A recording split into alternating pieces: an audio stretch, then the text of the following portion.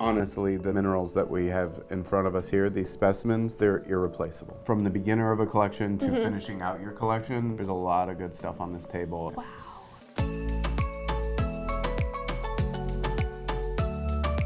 Hey guys, Sarah here, and I have Tom with me, and I'm super excited today because I wanted to talk to you about the very first specimen I ever bought. It is this emerald specimen from Zimbabwe, and I was hoping that you could tell me a little bit more about collecting emeralds. Okay, yeah, I could probably do that. They're highly sought after, especially the more gemmy variety, but looks like you have a really nice piece for your first time getting into it. Yeah, it's shiny. Make sure you stay tuned to the end of the video so you can learn how to win a really cool specimen from our collection. We have a clue. Do you want to read it? Uh-oh. Precious stone or conversation piece? What do we got? Oh, I see. Got little carvings. So they're definitely conversation pieces. Yeah. So we have emerald here, and we have these really cool carvings and some spheres. Tell me about these carvings. So with a lot of these carvings, especially once you get like an opaque emerald, you're not going to use it for a facetable gem. So it gets carved and used in both the host rock material and the emerald. And you can even see like on these emeralds, they follow the exact crystal shape of an emerald. They've just polished the surfaces. That's really all it is. But they've kept that original crystal shape. All precious stones, all emeralds are really beautiful, but it's taking it to kind of another direction of it being a piece of art. Yeah, absolutely, because a lot of times too, like that one has a frog on it. And I'm starting to realize that they're carving what they see around where they mine. And so the other one has a snake. So with this being Brazilian material, I'm sure they see a lot of snakes every day, you know, coming and going from the mining area. I really actually like them a lot. They kind of have a milky look to them. Yeah. The way all your crystal faces are still there and you can look at it and say, this is an emerald. This is a great little piece. They always do one edge, so they are freestanding. Yeah. And this sphere actually does have some nice gemmy colors in it. People don't realize it's not cheap or inexpensive to make a sphere because someone has to monitor it the whole time. And you know, the bigger the sphere, you almost have to build custom tools. I mean, I can't imagine how difficult that is to be so precise. Well, and even just looking at this, you have 3 different mineral types in here at least, because you have the emerald, probably quartz, and then whatever this host rock material is next to it. So you're probably having 3 different lusters, 3 different hardnesses. So to get that polish even, it's not easy to do. Yeah. There's like these really nice gemmy bits in here, and then it's nice to see this and also like this next to it, just the range of colors. It's amazing that people can look at one piece and decide, oh, I'm gonna facet this into a stone, this I'm gonna keep as a specimen, and this is lower grade that we're gonna use for carvings and spheres. Yeah. It just, I don't know how they do it. And there's nothing wrong with any of that because all of this now turns into a beautiful carving that's gonna sit on your desk, mantelpiece, coffee table, and everyone's gonna ask you about it when they come to your house. It still has a purpose. We're not wasting emerald just because it's not translucent. Nope, not at all. Yeah. These are all actually great affordable entry points into collecting an emerald. If it's your birthstone or if you just like it, like these are out of the box, ready to just decorate and sit on your shelf. I have stuff like this throughout my house. And these are for sale, so we'll put links down in the description. We have so many spheres, so many carvings. Find the one that really speaks to you. Yeah.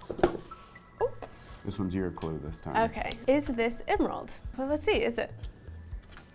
I don't think it's emerald because it's so clean. There's one thing it has to have to be an emerald. The coloring agent. Yes. So it's got to have chromium or vanadium in it for it to be emerald. I've seen a lot of really light emeralds. I see a lot of green in that crystal. I personally don't think that's emerald. I think that's green beryl. Okay. Emerald is part of the beryl family, and beryl comes in many colors, so it's not just that emerald is green beryl. Emerald has to be colored by chromium or vanadium. Yep, you get so many little arguments and sticking points throughout the whole industry, and you just have to stick with steadfast rules. You have to be honest in what you're doing and what you're calling things, because honesty at the end of the day is all we have. Okay, so this one probably gets its green from iron. Yes, and this does come from Brazil. They produce so many different types of pegmatites. Beryls really are kind of like the cream of the crop that comes out of this area. I'm really fascinated. I love the etching that's on the top of this. Yeah, it's got a nice texture there.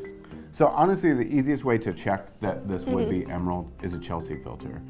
So if you just put a flashlight on it and then hold your Chelsea filter up, the mineral specimen would go like a pink or a red, and it's not doing that. No, it does not. It's staying, it's green still. If you're interested to know more about the gem tests and maybe some hand tools, we recently did a video all about testing gems, so check that out. Next box. Yeah. Ooh. We have another clue. Yeah. Budget friendly or high end? What's the difference? Okay, we have some faceted pieces here. They're beautiful. I already know the difference between the two before you even Definitely. The first thing you notice is the difference in the color. This one obviously has the President's Collection card, which does mean that that one's a big deal. There's one other thing in here that says that it's a really big deal. No oil.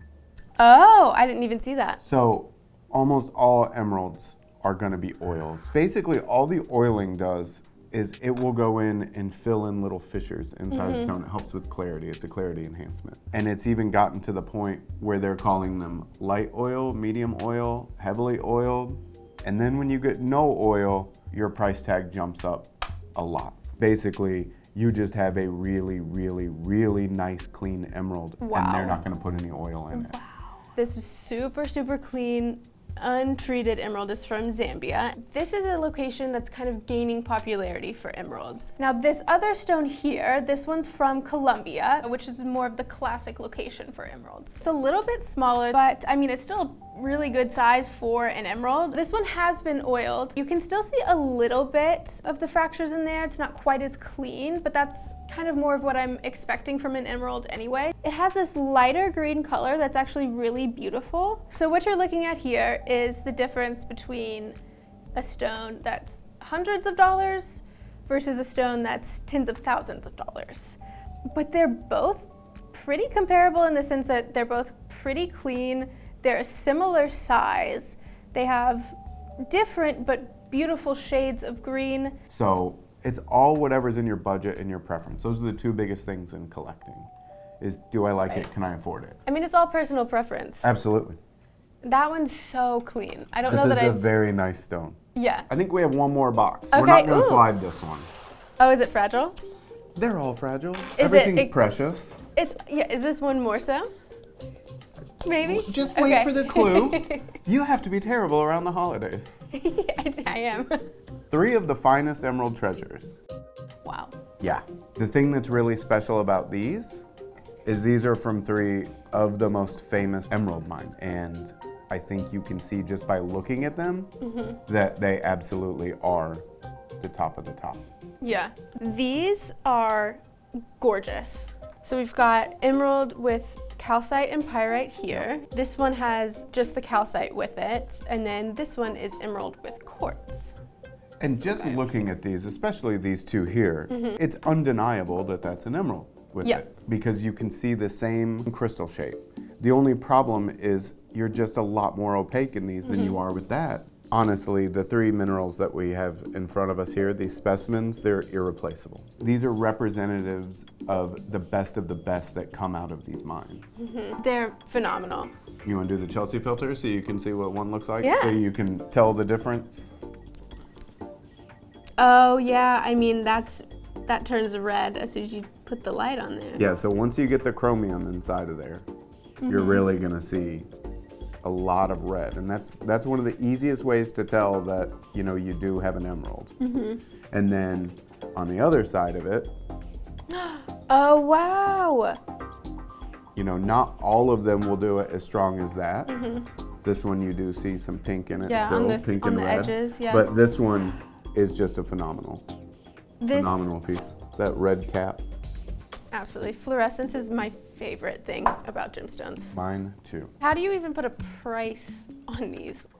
Putting a price on minerals and specimens is extremely difficult. When you see, you know, something like this, that emerald is famous for just being emerald, the pyrite, the way it's belted right around there, and a little, you know, little piece of calcite down there. I mean, you have 3 minerals on one piece out of a world famous mine. You can ask whatever you want for it. Yeah. I mean, you really can. Yeah. Whether someone's gonna pay for it is another thing. That's the easiest way to gauge how much a mineral's worth, is to try and sell it. So these are all Colombian from really famous mines, but I think something to note is that these mines are in the rainforest, and you know, it's not very easy to just go into the rainforest and start digging. No, it's really not. You know, it's so hot and humid down there. To get in there and to even find it is one thing, but then you have to get mining equipment, you have to get workers, you have to get everything out of there, and it's extremely difficult. So, an interesting little fact about this area, in 1537, the Spanish conquistadors discovered or learned the location of these emeralds. It was a location called Somondoko, and that means God of the Green Stones. Oh. Now it's the Shibor mine. Just looking at these, it's pretty easy to see why they were so valued and worshipped. I think it's time for us to choose one piece or one specimen to take a closer look at. I really think that the closer look here needs to be the green beryl with the Shibor, because when you look at these two together, it really shows you the difference between green beryl and emerald. I think that's going to be really cool to look at them and compare. Yeah. So I think for my closer look, I'm going to choose this untreated emerald. I don't think you see this very often. So let's take a closer look.